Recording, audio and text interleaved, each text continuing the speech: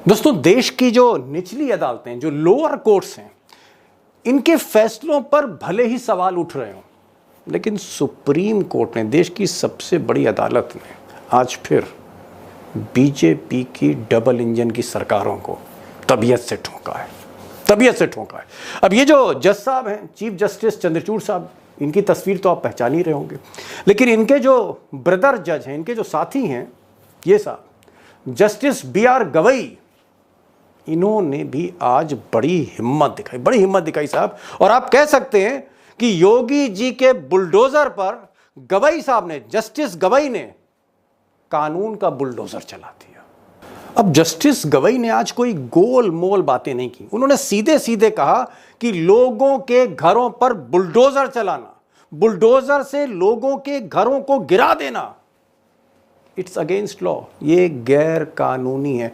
और अगर मैं उनका एग्जैक्ट बयान पढ़ूं तो जस्टिस गवई साहब ने कहा कि अगर कोई व्यक्ति दोषी भी है, कन्विक्ट है, दोषी है, आरोपी है, तो भी उसके घर को गिराया नहीं जा सकता। मैं रिपीट कर रहा हूं, अगर कोई व्यक्ति दोषी भी है तो भी उसके घर को गिराया नहीं जा सकता है। अगर साफ शब्दों में कहूं तो जस्टिस गवई ने आज बीजेपी की दुकान ही बंद कर दी, वोट की दुकान बंद कर दी, और सबसे बड़ा झटका बाबा को दे दिया, योगी बाबा को। सीएम के पास कोई पावर नहीं घरों को गिराने की। बुलडोजर किसी का सगा नहीं है, बुलडोजर बहुत बेवफा है। हमारे बाप के गुलाम होने हमारे बाप से हम गुलाम हैं। 3 बार आए हमारे बाप का दिया हुआ खाते हैं क्या? यदि अपराधी है उसे दंड मिलना चाहिए, लेकिन अधिकतर ये हो रहा है कि मुस्लिम निरपराध है तो भी उनके घर पे बुलडोजर चल रहा है। और वह अनुसंधान है हमारा बुलडोजर का। अब दोस्तों, मामला तो ये वाकई बहुत बड़ा है। आप कह सकते हैं 440 वोल्ट का झटका लगा आज मोदी जी को, योगी जी को, शाह साहब को। और इस मामले पर मैं कोई गोदी मीडिया की तरह कुछ छुपाने, कुछ पर्दा डालने नहीं जा रहा हूँ। खुलकर एक एक परतें खोलने जा रहा हूँ, कुछ खुलासा भी करने जा रहा हूँ, आगे करूँगा। लेकिन मैं चाहता हूँ एक बार ज़रा आप इसका बेसिस जान लीजिए कि ये शुरुआत कैसे हुई, जो एक्शन किया आज सुप्रीम कोर्ट ने, इसकी शुरुआत कैसे हुई। और शुरुआत हुई जब जमायते उलेमाए हिंद, इस संस्था ने एक पेटिशन, एक अर्जी दाखिल करी सुप्रीम कोर्ट में और कहा कि साहब यूपी हो, MP हो, डबल इंजन की जो सरकारें हैं बीजेपी की, यहाँ पर सरकार पक्षपात कर रही है। और उन्होंने कहा कि साहब सेलेक्टिव एक्शन हो रहा है। चंद सेकंड लूंगा, इसको समझिए, फिर आगे बढ़ता हूं बड़ी खबर पे। पिटीशन में कहा गया कि साहब सेलेक्टिव एक्शन हो रहा है। इसका मतलब यह है कि चुन चुन कर निशाना साधा जा रहा है। और निशाना किस पर साधा जा रहा है? कहा गया कि साहब मुस्लिम आरोपियों पर, जिन मुस्लिम्स के नाम FIR पर अगर आ जाते हैं, चाहे जुर्म जो भी हो, अगर किसी मुसलमान का नाम FIR में आया तो फिर मुमकिन है कि घर पर बुलडोज़र भी चल जाए। तो ये एक सेलेक्टिव एक्शन की बात की। और ये भी कहा गया, जमात ने ये भी कहा कि जो बीजेपी से जुड़े हैं, जो आपराधिक लोग हैं या जो आरोपी हैं, उनको कहीं ना कहीं इसमें रियायत दी गई, उनके घर पर बुलडोज़र नहीं गया। यानी बुलडोज़र एक खास कम्युनिटी पर गया और जो बीजेपी से जुड़े लोग थे वहाँ बुलडोज़र नहीं चला, भले ही जुर्म कितना भी खौफनाक क्यों ना हो, कितना भी खौफजदा क्यों ना हो, वहाँ बुलडोज़र नहीं गया बाबा का। अब दोस्तों, जमात के जो वकील हैं जिन्होंने अर्जी दाखिल की है, उनकी बातों में कहीं ना कहीं सच्चाई तो है। और सच्चाई ये है कि योगी की पुलिस, योगी के एडमिनिस्ट्रेशन ने कहीं ना कहीं बुलडोज़र को लेकर पक्षपात तो किया है। यानी बुलडोज़र एक गली में गया, दूसरी गली में नहीं गया। जुर्म भले ही बराबर हो, जुर्म भले ही एक जैसा हो, एक ग्रेड का हो, कार्रवाई जो है सेलेक्टिव रही, चुनकर निशाना साधा गया। और अगर आप देखेंगे तो कई ऐसे मामले, कई संगीन और गंभीर मामले हैं जहां बीजेपी से जुड़े लोगों पर एक्शन नहीं हुआ, नहीं चला बुलडोज़र, तो फिर नहीं चला। मिसाल के तौर पर एक तस्वीर देखिए साहब। अब ये जो तस्वीर आप देख रहे हैं, शायद याद आ जाए आपको 2017 का, अगर आपको मंजर याद आ रहा हो, जब योगी जी नए नए आए थे। ये साहब कुलदीप सिंह सेंगर हैं, कभी लखनऊ यूनिवर्सिटी के नेता हुआ करते थे, बाद में ये बीजेपी के MLA बन गए। सजाती हैं योगी जी से जुड़े हुए हैं। इनके ऊपर साहब इल्जाम लगा कि इन्होंने दुष्कर्म कर दिया है और इस पर एफआईआर नहीं की जा रही थी, तो जो पीड़िता थी उसको आत्मदाह करना पड़ा। आत्मदाह की जब कोशिश हुई तब जाके, जब मीडिया में मामला आया, हर जगह चीख पुकार मची, तब जाके साहब एफआईआर हुई और अल्टीमेटली सेंगर को गिरफ्तार करना पड़ा। बहुत ही संगीन जुर्म था, मैं बहुत तफसील से नहीं जा रहा हूं, बहुत कुछ हुआ, क्राइम दर क्राइम हुआ उसमें। बुलडोजर नहीं चला, लेकिन बुलडोजर नहीं चला। 3rd डिग्री का क्राइम हुआ, बुलडोजर नहीं चला। अब सब लिस्ट तो बहुत लंबी है, कई मामले हैं, लेकिन मुझे लगा कि एक मामला और आपके सामने रख दूं। ये मामला बनारस का है, प्रधानमंत्री मोदी जी की कंस्टिट्यूएंसी का, निर्वाचन क्षेत्र का है, बनारस का। नवंबर 2023 की घटना, बहुत पुरानी नहीं है, पिछले साल की है।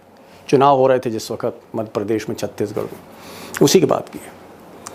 BHU campus, Banaras Hindu university के आईआईटी कैंपस में एक छात्रा के साथ ये जो 3 लड़के हैं, गन पॉइंट पर दुष्कर्म किया गया। भयावह रात थी और इसमें भी एफआईआर नहीं लिखी गई, क्योंकि ये जो लड़के हैं या ये जो आरोपी हैं, ये बीजेपी आईटी सेल के पदाधिकारी थे, बड़े बड़े नेताओं से इनके संबंध थे, रिश्ते थे, और मामले को दबाया गया। छात्राएं जब कैंपस पे धरने पर बैठी, दिन रात बैठी, बवाल मचा, सीसीटीवी फुटेज में जब ये फोटोएं आई तो साहब एफआईआर तो दर्ज करनी पड़ी। मोदी जी का मामला था, रोज अपमान हो रहा था, गिरफ्तार भी हुए, जेल भी भेजे गए, लेकिन बुलडोजर नहीं चला, बुलडोजर नहीं चला। सोचिए अगर इनका नाम करीम, सलीम और अलीम होता तो कई घर गिरते हैं बनारस में। एक और मामले का जिक्र करना चाह रहा हूँ, क्योंकि एकदम ताज़ा मामला है, पिछले महीने का है, लखनऊ का है, और यहाँ पर ऋतिक पांडे, एक 20-22 साल का बच्चा, उसकी जो है पीट कर, एक छोटे से मामले में कुछ दबंगों ने पीट कर लखनऊ में हत्या कर दी। He died. उसके बाद गांव में तनाव था, दहशत था, लोग सड़कों पर आ गए, धरना प्रदर्शन हुआ, एफआईआर लिखी नहीं जा रही थी, बाद में लिखी गई, नामजद हुई। अब जो लोग पकड़े गए, कोई हिमांशु सिंह, कोई फलाना सिंह, सारे नाम, उनके संबंध, उनके संपर्क बीजेपी के बड़े नेताओं से थे, और लिहाजा इसमें भी कुछ नहीं हुआ। गिरफ्तार तो किया गया, बुलडोजर नहीं चला। बुलडोजर बाबा का उस गली में नहीं गया जहां पर ये दबंग रहते थे। लखनऊ की बात है, कुछ दिन पहले की। अब दोस्तों, ऐसे कई मामले हैं जहां पर बुलडोजर जो है, बड़ा सेलेक्टिव एक्शन पुलिस ने किया उसका, किसी गली में गया और किसी गली में नहीं गया। धर्म के नाम पर, जात पात के नाम पर, सत्ता और विपक्ष के नाम पर बुलडोजर ने बहुत कुछ किया। आप कह सकते हैं बुलडोजर एक वोट की मशीन बन गई थी। और क्या इस मशीन पर अब ब्रेक लगने जा रही है? Big question. क्या इस मशीन पर ब्रेक लगने जा रही है? और आने वाली 17 तारीख जब सुप्रीम कोर्ट इस पर और सुनवाई करेगा, 17 तारीख क्या भारी पड़ सकती है योगी जी पर, मोहन यादव जी पर, भजन लाल शर्मा जी पर, देश के गृह मंत्री पर। और सबसे बड़ा सवाल, क्या जस्टिस गवई ने आज हिम्मत दिखाकर बाबा की दुकान, बीजेपी की दुकान बंद कर दी, शटर गिराने की कोशिश की है? 2 खास मेहमान होंगे हमारे साथ, प्रोफेसर रविकांत होंगे। रविकांत साहब उत्तर प्रदेश की वो पहली शख्सियत थे जिन्होंने बुलडोज़र को लेकर आवाज़ उठानी शुरू करी। तो आज वो आपके साथ होंगे और मुझे लगता है उनको सुनना चाहिए, क्योंकि इस सब्जेक्ट को वो पिछले कई बरसों से उठा रहे हैं सार्वजनिक मंचों पर। उनको कहीं ना कहीं इसका खामियाजा भी भुगतना पड़ा। तो प्रोफेसर रविकांत को सुनिए और साथ में उमाकांत लकेड़ा साहब सीनियर जर्नलिस्ट होंगे। ज़्यादा समय नहीं लूँगा, लकेड़ा साहब के पास चलते हैं, प्रोफेसर साहब के पास चलते हैं। आज बात बुलडोज़र पे करते हैं। प्रोफेसर साहब, आज जो सुप्रीम कोर्ट ने आज ये जो आदेश दिया है कि साहब चाहे सरकार योगी आदित्यनाथ की हो या मोहन यादव की हो, किसी की भी हो, आप किसी का घर नहीं गिरा सकते, बुलडोजर नहीं चला सकते, चाहे वो सजा याफ्ता क्यों ना हो, चाहे वो आरोपी कितना बड़ा क्यों ना हो। उसके घर के बाकी जो सदस्य हैं, उसके माँ बाप, बच्चे, उनके छत से, उनके सर के ऊपर जो छत है उसको आप तोड़ नहीं सकते। कानून इसकी इजाजत नहीं देता है। और जब से ये आदेश आया है बीजेपी में खलबली मची हुई है। मैं ये जानना चाह रहा हूं कि चाहे योगी आदित्यनाथ हो या भजन लाल शर्मा हो या मोहन यादव हो, जितने भी बीजेपी के मुख्यमंत्री हैं जो बुलडोजर की सवारी कर रहे थे, खलबली क्यों है साहब? ये झटका क्यों लग गया? दीपक जी, पहली बात तो मैं ये कहूंगा सुप्रीम कोर्ट से कि बहुत देर कर दी हुजूर आते आते जी। 2 साल से 3 साल से ज्यादा का समय हो गया जब से ये बुलडोजर का आतंक पैदा किया सरकारों ने। दीपक जी, ऐसा भारत के इतिहास में कभी नहीं हुआ था। लोकतंत्र का इस तरीके से मजाक जो उड़ाया जा रहा था और एक समाज को, एक समुदाय को डराने के लिए उसका इस्तेमाल हो रहा था कि आप रातों रात, अब आपको सपना आएगा कि साहब मकान जो बना है किसी का नक्शा पास नहीं है, किसी की जमीन सही नहीं है और आप गिरा देंगे। इससे, इस आतंक से कम आज मुक्ति मिली है। और ये लोग क्यों खौफजदा है, अब क्यों परेशान है कि दरअसल इन्होंने बुलडोजर को ही हिंदुत्व का पर्याय बना दिया था। बुलडोजर के जरिए पूरी हिंदुत्व की राजनीति की जाने लगी थी। और आपने देखा होगा, मोहन यादव तो अभी आए हैं, शिवराज चौहान मामा जी तो कंस मामा हो गए थे, वो बुलडोजर चला रहे थे योगी आदित्यनाथ से प्रेरणा लेकर के। भजन लाल शर्मा चला रहे थे। यहां तो 1 पे 11 हो रहा था, कौन कितने ज्यादा मकान गिरा सकता है, कौन कितना बुलडोजर चला सकता है, इसमें होड़ लगी हुई थी। और आज इन सब से सुप्रीम कोर्ट ने हथियार छीन लिया हिंदुत्व का। तो अब ये क्या करेंगे, किस आधार पर राजनीति करेंगे? क्योंकि इन्होंने छोड़ा तो कहीं नहीं। आपकी वैचारिकी नहीं चलेगी, आपका विमर्श नहीं चलेगा, क्योंकि संवाद आप पसंद नहीं करते हैं। जो आपके खिलाफ बोलेगा, आपके गलत नीतियों के खिलाफ बोलेगा, उस पर आप बुलडोजर चलाएंगे। तो ये जो चाबुक चला है आज सुप्रीम कोर्ट का, उसे बहुत पहले हो जाना चाहिए था, लेकिन देर आए दुरुस्त आए। आज जो हुआ है उससे निश्चित रूप से ये जो बेलगाम सरकारें हैं उन पर लगाम लगी है और इससे लोगों को बड़ी राहत मिली होगी। लोकतंत्र को एक तरह से ऑक्सीजन देने वाला ये फैसला है। दीपक जी, मैं आऊंगा डॉक्टर साहब, बहुत कुछ पूछना है आपसे, लेकिन लखेड़ा साहब, मेरा सवाल ये है कि अगर एफआईआर, कोई भी क्राइम हुआ, चाहे वो गोली चल गई या कोई और लूट हो गई, अगर एफआईआर लिखी जा रही है, 2 पक्षों में झगड़ा हो गया, एफआईआर लिखी गई और एफआईआर में नाम अगर नसीम है, वसीम है, करीम है, सलीम है, अगर ये नाम आया, इस तरह का मुस्लिम नेम कहते हैं साफ तौर पर, तो क्या तुरंत कार्रवाई होती थी और कहीं कहीं अगले दिन मकान गिरा दिया जाता था, बुलडोजर चल दिया जाता था?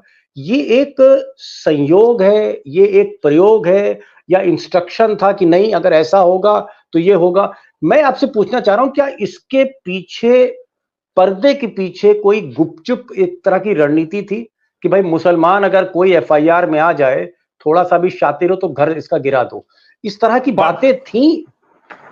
पर्दा नहीं है दीपक जी, पर्दा नहीं है, नंगा नाच है ये पर्दे नहीं कह सकते, पर्दा थोड़ी कह सकते हैं। पर्दा तो ये कह सकते हैं आप गुपचुप के कर रहे हैं। ये तो आप जो है पूरा जुडिशियल सिस्टम को खत्म कर दिया है। आप कह रहे हैं जुडिशियल सिस्टम का कोई एग्जिस्टेंस नहीं है। जो न्यायिक, जो अदालतें हैं, कोर्ट है, कचहरी है, उसका कोई सिस्टम में रूल ऑफ लॉ है ना, एक शब्द होता है जो हम एडवोकेट्स एंड जज और वकील और पत्रकार, रूल ऑफ लॉ है इस देश में कि नहीं है? ये देश संविधान से चलता है कि नहीं चलता? ये देश हिंदू और मुसलमान के नाम पे चलेगा? ये देश मुसलमान के लिए अलग कानून से चलेगा और हिंदू के लिए अलग कानून से चलेगा?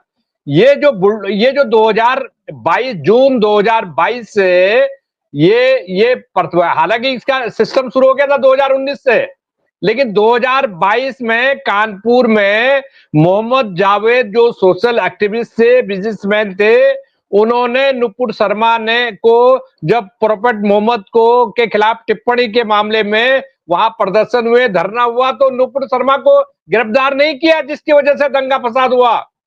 वहां प्रदर्शन हुए और जो लोगों ने प्रोटेस्ट किया उनकी लिस्ट बना करके उनके घर उजाड़ दिए, बुलडोजर चलवा दिए, और उसमें सारे लोग आ गए कि नहीं साहब इन्होंने जो है प्रदर्शन किया, इनकी वजह से प्रदर्शन हुआ, और जो प्रदर्शन सरकार की परमिशन के बिना नहीं करेगा। आपने नुपुर शर्मा को तो नहीं अरेस्ट किया, आपने तमाम जो जिन्होंने ये फसाद पैदा किया था तो ये सेलेक्टिव है।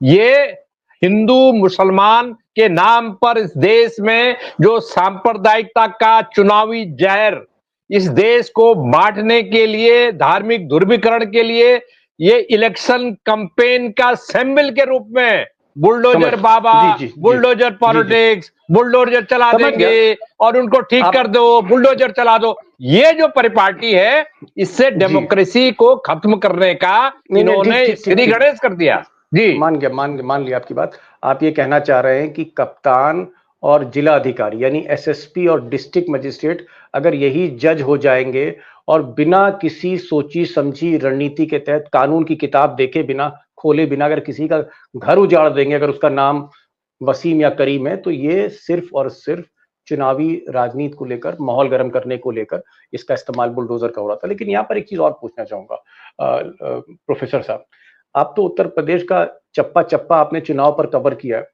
क्या पंचायत चुनाव हो, जिला अध्यक्ष का चुनाव हो, विधानसभा का कोई बाई इलेक्शन हो, क्या ये बातें सही हैं कि समाजवादी पार्टी अगर मजबूती से लड़ रही है तो पता लगा कि साहब जो समाजवादी पार्टी का उम्मीदवार है या उसका जो चाचा है, जो फाइनेंसर है इटावा में, मैनपुरी में, कहीं भी, उसके यहाँ घर पर भी बुलडोजर चलते थे? क्या कहीं ना कहीं बुलडोजर का इस्तेमाल चुनाव में हथियार के तौर पर हो रहा था उत्तर प्रदेश में? मैं ये जानना चाह रहा हूँ। हाँ, निश्चित रूप से वो भय पूरा पैदा करने के लिए और उसके जरिए बहुत सारे लोगों का नॉमिनेशन वापस किया गया, बहुत सारे लोगों का वोट कहीं और डलवाया गया, लोगों को उठा लिया गया बाकायदा। ये जो चल रहा पूरा भय का, मतलब पूरा आतंक का माहौल, समाजवादी पार्टी या कांग्रेस का कोई उम्मीदवार पर्चा भरने जा रहा है तो बुलडोजर दिखा दिया जाता था कि देखो भाई ये बुलडोजर है, गब्बर सिंह आ रहा है तुम्हारे घर पे कल सुबह, नामांकन वापस ले लो। इस तरह की चीजें होती थी। बुलडोजर गब्बर बन गया था। एकदम इसमें कोई शक नहीं है और लगता ही नहीं था कि कोई कानून का राज है। इसीलिए दीपक जी, डॉक्टर अंबेडकर ने इस एक बात को कहा था कि संविधान कितना ही अच्छा क्यों ना हो, अगर उसको लागू करने वाले लोग बुरे हैं तो वो संविधान बुरा साबित होगा। कानून का उपयोग कौन कर रहा है, दुरुपयोग कौन कर रहा है?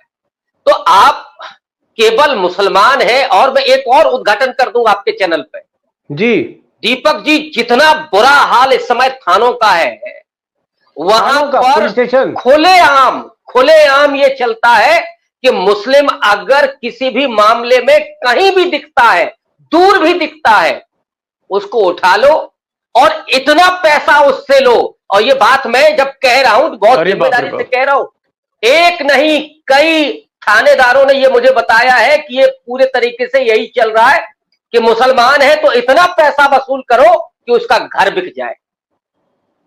एक तरफ तो ये आलम है और दूसरी तरफ जो प्रशासन है, जो सरकार है, केवल नसीम, करीम, अलीम ये अगर नाम होगा तो आप उसके घर पर बुलडोजर चला देंगे। ये चल क्या रहा है इस देश में?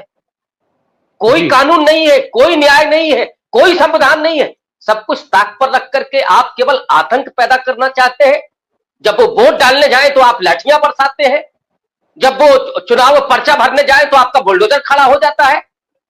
ये है क्या? मुझे लगता है आज जो सुप्रीम कोर्ट ने किया है वो बहुत बड़ा सबक है इस राजनीति को। और हिंदुत्व की राजनीति का आलम तो दीपक जी ये हो गया, हमारे हिंदू धर्म में जो देवी देवता है उन सबके अपने अस्त्र शस्त्र हैं। योगी बाबा को बुलडोजर बाबा बना दिया साहब, एक नया ईश्वर पैदा कर दिया। अब सोचिए आप किस तरह के प्रतीक हम कर रहे हैं भय पैदा करने के लिए। ये लोकतंत्र में नहीं संभव है।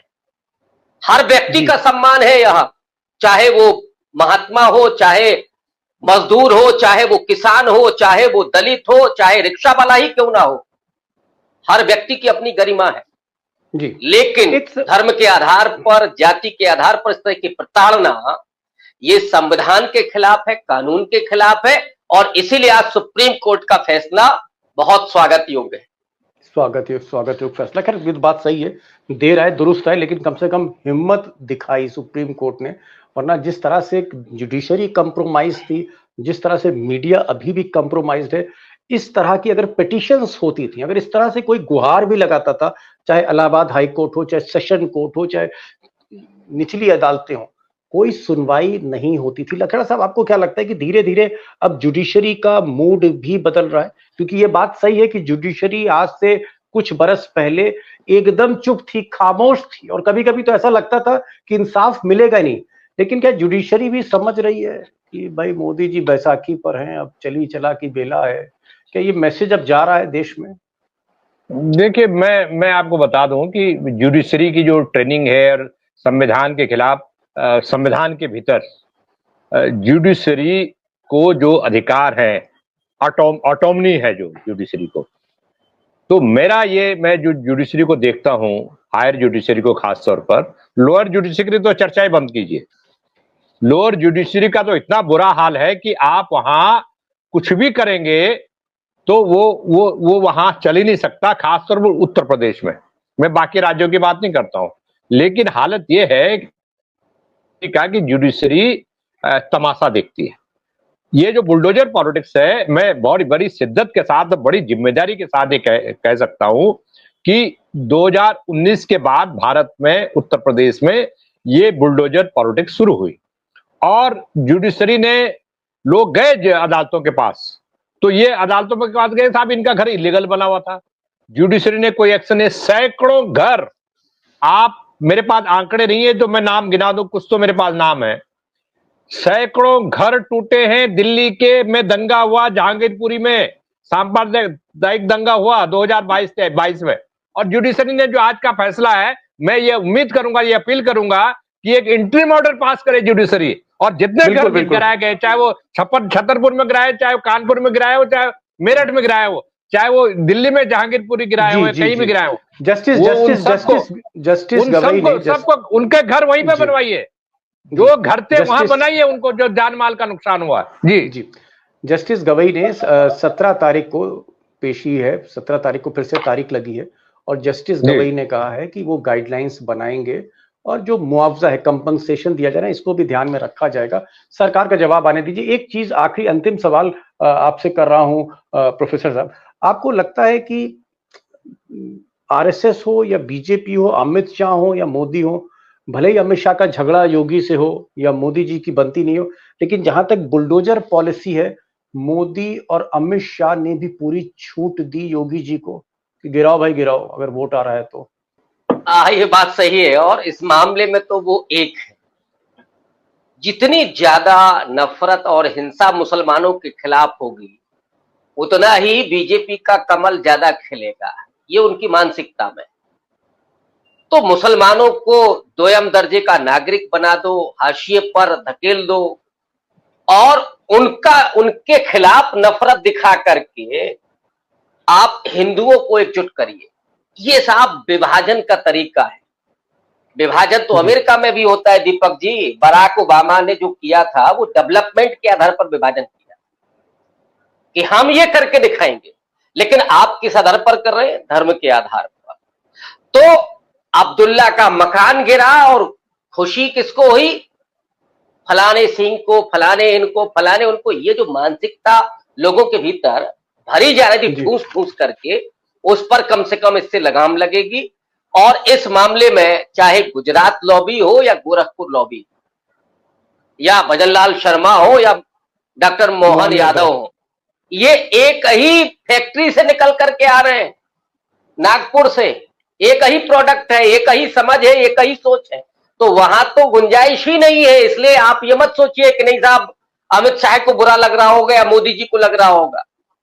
वहां तो खुला खेल फर्रुखाबादी है। नहीं, मैंने आपसे कहा, मेरा सवाल था कि इन्होंने क्यों नहीं टोका? अमित शाह तो टोक सकते थे भाई, गृह मंत्री। नहीं, सवाल ही नहीं उठता है, वो उस एजेंडा का हिस्सा है।